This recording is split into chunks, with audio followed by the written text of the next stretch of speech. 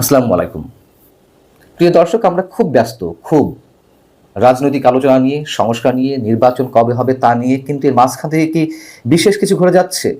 এর আগেও আপনাদের দৃষ্টি আকর্ষণ করেছি, আপনারাও কম বেশি জানেন, কিন্তু সেই বিষয়টির প্রতি আমরা সাধারণ মানুষ কতটুকু গুরুত্ব দিচ্ছি? গত 15ই এপ্রিল যে দুই মার্কিন উপসহকারী পররাষ্ট্রমন্ত্রী এলেন, নিকোল চুলিক এবং অ্যান্ড্রু হেরাপ, তারা 3 দিনের সফরে এলেন। সরকারের খুব খুব গুরুত্বপূর্ণ জায়গায় তারা বৈঠক করলেন, প্রধান উপদেষ্টার সঙ্গেও বৈঠক করলেন। কি তারা নিয়ে গেলেন সরকারের কাছ থেকে, কি কথা আদায় করে নিয়ে গেলেন? তারা প্রধান উপদেষ্টার সঙ্গে যে বৈঠক করলেন, সেই বৈঠকে যে বিষয়গুলো আলোচনা এসেছে, খুব সংক্ষেপে পয়েন্ট ধরে যদি আপনাদের সামনে উপস্থাপন করি, তা হচ্ছে বাংলাদেশের সঙ্গে ভারতের সম্পর্ক কেমন, বিমস্টেক শীর্ষ সম্মেলনের ফাঁকে বাংলাদেশ এবং ভারতের দুই সরকার প্রধানের মধ্যে কি আলোচনা হয়েছে, চীনের সঙ্গে বাংলাদেশের সহযোগিতা, মিয়ানমারে সামরিক জান্তা জেনারেল মিন ওয়াং রাইলেং এর সঙ্গে প্রধান উপদেষ্টার বৈঠক এবং রোহিঙ্গা সংকট।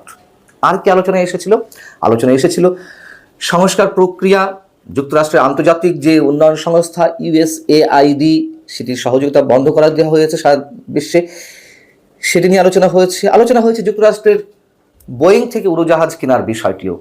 এগুলো আমরা নানা মাধ্যমে জানতে পেরেছি, কোনো গণমাধ্যমে উঠে এসেছে। কিন্তু এই যে এত বিস্তর আলোচনা, এর মধ্যে কোনটিকে গুরুত্ব দিয়েছিল মার্কিন হাই প্রোফাইল টিম? গুরুত্ব দিয়েছিল বাংলাদেশের সীমান্তবর্তী যে রাখাইন রাজ্য, তার অধিকাংশ এলাকা যে আরাকান আর্মি দখল করে আছে, দেশটির বিদ্রোহী সশস্ত্র গোষ্ঠী, এবং এর মধ্যে আবার মিয়ানমারের সামরিক জান্তা দেশটিতে যে নির্বাচনের তারিখ ঘোষণা করেছে, সেই প্রেক্ষাপটে মিয়ানমার সেনাবাহিনী এবং আরাকান আর্মি, রাখাইনের যে সশস্ত্র গোষ্ঠী যারা রাখাইন অঞ্চল দখল করে আছে, তাদের সঙ্গে কিভাবে বাংলাদেশ সম্পৃক্ত হয়েছে, তাদের দুই পক্ষের সঙ্গে বাংলাদেশের যোগাযোগটা কোথায়, এবং রোহিঙ্গা প্রত্যাবর্ষণ নিয়ে চীনের মধ্যস্থতায় ত্রিপক্ষীয় আলোচনার সর্বশেষ অগ্রগতি কি? আপনারা বিষয়গুলো একটু খেয়াল করুন, যে পয়েন্টগুলো উল্লেখ করছি। এবং বাংলাদেশ এখন মিয়ানমার পরিস্থিতি নিয়ে দেশটির সামরিক সরকারের পাশাপাশি আরাকান আর্মির সঙ্গে যোগাযোগ শুরু করেছে কিনা, এই বিষয়টি সবচেয়ে গুরুত্বের সঙ্গে আলোচনা হয়েছে। অন্যান্য সাপ্লিমেন্টারি বিভিন্ন বিষয় এসেছে। কেন এই হাই প্রোফাইল টিমের এই দিকে বেশি নজর? আমি আগেই বলেছি, এই বিষয়ে আমি আপনার সামনে কথা বলেছি, কিন্তু সরকারের পক্ষ থেকে দেখলাম যে এই সব বিষয়ে, বিশেষ করে মিয়ানমার ইস্যুতে হাই প্রোফাইল টিমের সঙ্গে যে কথাবার্তা হয়েছে, একেবারেই চুপ। আমরা একেবারেই অন্ধকারে। কেন আমাদেরকে অন্ধকারে রাখতে হচ্ছে? জাতিসংঘের মহাসচিব অ্যান্টনিও গুতেরেস বাংলাদেশ সফর করে গেলেন, সেই থেকে প্রথম আলোচনা মিয়ানমারের বিষয়টি, মিয়ানমারে বাংলাদেশের করিডোর দিতে হবে। তিনি করিডোর বলেননি, তিনি বলেছেন মানবিক সহায়তা চ্যানেল। এটি করিডোর কি হবে সেখান দিয়ে, এটিও আপনারা জানেন। মানবিক সহায়তা পৌঁছে দেওয়া হবে। কাদেরকে পৌঁছে দেওয়া হবে? আরাকান আর্মিকে, এবং সে দেশে যে বা ওই রাখাইন রাজ্যে যে রোহিঙ্গারা রয়েছেন এখনো পর্যন্ত অবশিষ্ট, তাদেরকে।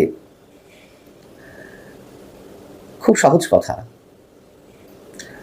জাতিসংঘের মহাসচিব এই কথাটি বলার পরপরই আমরা দেখলাম যে একজন ডেপুটি কমান্ডার, যুক্তরাষ্ট্রের প্যাসিফিক ডেপুটি কমান্ডার সেনাবাহিনীর জোয়েল বি, তিনি ঘুরে গেলেন, কথাবার্তা বললেন বিভিন্ন জায়গায়। তার পরপরই এই মার্কিন হাই প্রোফাইল টিম চলে এলো। উদ্দেশ্য আবারও মনে করিয়ে দিই, 2022 সালে যুক্তরাষ্ট্র যে বার্মা অ্যাক্ট পাশ করেছিল, সেই বার্মা অ্যাক্টের অধীনে মিয়ানমারের সামরিক জান্তাকে পরাজিত করে বা তারা যে কোনোভাবে মিয়ানমারকে কবজায় নেবে, চীনের আধিপত্য রোধ করবে, তাদেরও নানান ধরনের উদ্দেশ্য রয়েছে। এবং এই যে মানবিক সহায়তা দেওয়া হবে, এই মানবিক সহায়তার আড়ালে পাঠানো হবে অস্ত্র। স্পষ্ট করে বলছি, স্পষ্ট করে,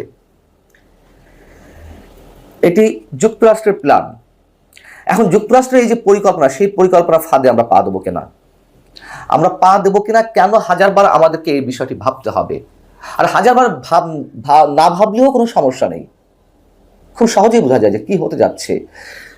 এই মানবিক সহায়তার নামে যে অস্ত্র পাঠানো হবে, সেই সব কাজে তাদেরকে যুক্ত করতে হবে। আমাদের সেনাবাহিনীকে, যে সেনাবাহিনীর উপরে এখনো বাংলাদেশের 95-98% মানুষের আস্থা, সেই সেনাবাহিনীকে যুক্ত করা হবে, সেনাবাহিনীকে বিতর্কিত করা হবে।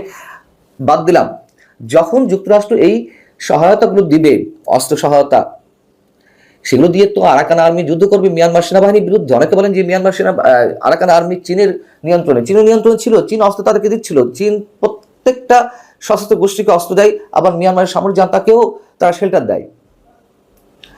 পুরো মিয়ানমার তো চীনের কবজায়, ভারতের আধিপত্য তেমন কিছু নেই। ভারত সেখানে কিছু ব্যবসা বাণিজ্য করছে, কিছু কয়েকটা বন্ধ করেছে, এই আর কি।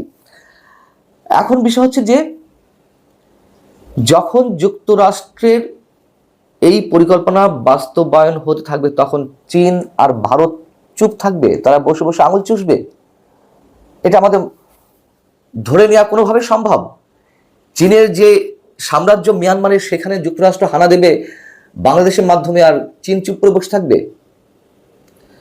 এবং ভারতের যে 7 সিস্টার্স, সেটির জন্য যে হুমকি হয়ে দাঁড়াবে বিষয়গুলো, ভারত চুপচাপ থাকবে? এবং ভারতের ব্যবসায়িক স্বার্থও রয়েছে সেখানে, নিশ্চয়ই থাকবে না। এবং এই যে যুদ্ধে জড়িয়ে পড়া বিশেষ একটি গোষ্ঠীকে বাংলাদেশের সেনাবাহিনীকে সহায়তা করতে বাধ্য করা, এটা তো প্রক্সি ওয়ার। এই কথাগুলো আবার মনে করিয়ে দিলাম এই জন্য যে আমাদের সরকারের পক্ষ থেকে সাধারণ মানুষকে এখনো পর্যন্ত কিছু জানানো হচ্ছে না। আমরা ধরে নিতে পারি যদি কোনো নির্বাচিত সরকার থাকতো, নির্বাচিত পার্লামেন্ট থাকতো, সেখানে এই বিষয়গুলো নিয়ে আলোচনার দাবি আমরা তুলতে পারতাম। নিশ্চয়ই সব দাবি সব সরকার সবসময় মানেনি, সবকিছু পার্লামেন্টে আলোচনা করেনি, কিন্তু দাবিটি তো তুলতে পারতাম।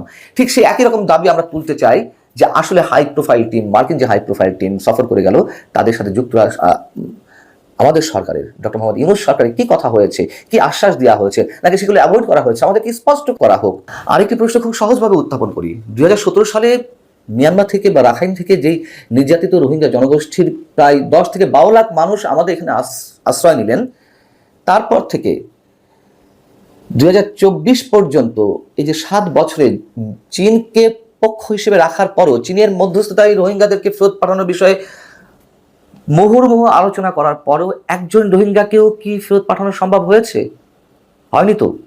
আর সেখানে কিভাবে আমাদেরকে এটি বিশ্বাস করতে হবে সরকার আমাদের সামনে কলা ঝুলাচ্ছে, মূলা ঝুলাচ্ছে, যে বিমস্টেক সম্মেলনে আমাদের প্রধান উপদেষ্টা মিস্টার ডক্টর মোহাম্মদ ইউনূসের সঙ্গে মিয়ানমারের সামরিক জান্তা প্রধানের কথা হলো 1,80,000 রোহিঙ্গা ফেরত নেওয়ার আশ্বাস দিয়েছেন, আর আমরা সেগুলো ঢাক ঢোল পেটানো শুরু করলাম। কি এমন জাদুতে? এটা কি আদৌ সম্ভব? না, কোনো জাদুও নেই, কোনো সম্ভাবনা থাকার ন্যূনতম সম্ভাবনাও নেই। এইগুলো বিশেষ একটি পক্ষের খুবই ব্লুপ্রিন্টের একটি অংশ। এবং আমাদেরকে এগুলো শোনানো হচ্ছে ডক্টর মোহাম্মদ ইউনূসের ক্যারিশমা এটি। ভাই, একজন রোহিঙ্গাও ফেরত যাবে না, সম্ভব না এই অবস্থায়। এবং আমাদের পররাষ্ট্র উপদেষ্টা তিনি নিজে বলেছেন যে রোহিঙ্গাদের ফেরত পাঠানোর ক্ষেত্রে এখন সবচেয়ে বড় বাধা আরাকান আর্মি। খুব সহজ কথা, খুব সত্য কথা বলেছেন। এইটা কি সম্ভব যে আরাকান আর্মি আর মিয়ানমারের সামরিক জান্তাকে এক টেবিলে বসিয়ে একজন রোহিঙ্গাকে ফেরত পাঠানো সম্ভব? তাহলে এগুলো বলা হচ্ছে কেন? আমরা অনেক কিছু ধরে নিতে পারি। এবং আমি আপনাদেরকে বলেছিলাম, যদি যুক্তরাষ্ট্রের এই প্ল্যানিংয়ের বা অংশ বাংলাদেশ হয় এবং যুক্তরাষ্ট্রের যে প্রস্তাবনা, সেই প্রস্তাবনায় আমাদের বর্তমান অন্তর্বর্তীকালীন সরকার সম্মতি দেয়, তাহলে অন্তর্বর্তীকালীন সরকারের দীর্ঘদিন টিকে থাকার একটি সনদ বা সার্টিফিকেট হয়তো সরকার পেতে পারে। সেদিকে আসলেই যাচ্ছে কিনা আমি সরাসরি মন্তব্য করতে চাই না, যাচ্ছে কিনা সেই প্রশ্নটি তুলতে চাই, এবং সেই প্রশ্নটি তোলার সঙ্গে সঙ্গে এই দাবিও জানাতে চাই যে আমাদের সামনে প্রকাশ্যে আনা হোক যে আসলে তাদের কি বলা হয়েছে। যেহেতু মানুষের মধ্যে সন্দেহ রয়েছে, আমরা একবারেই অনুমান দিয়েই একটা সিদ্ধান্তে পৌঁছতে পারি না। আমাদের মনে যে সন্দেহ, যে সংশয়, যে দ্বন্দ্ব, সেগুলো দূর করতে সরকারকে বলতে হবে যে আসলে এই বিষয়ে সরকার কোনো উদ্যোগ নিতে যাচ্ছে কিনা। যদি জনগণের পক্ষে ভালো হয়ে থাকে সেটাও প্রকাশ করুক যে হ্যাঁ, আমরা এই সিদ্ধান্ত নিয়েছি, জনগণের পক্ষে করুক, যদি জনগণের পক্ষেই হয়ে থাকে। আর যদি না হয়ে থাকে, যদি কোনো সিদ্ধান্ত না নিয়ে থাকে, সেটিও জানিয়ে দিক। আল্লাহ হাফেজ।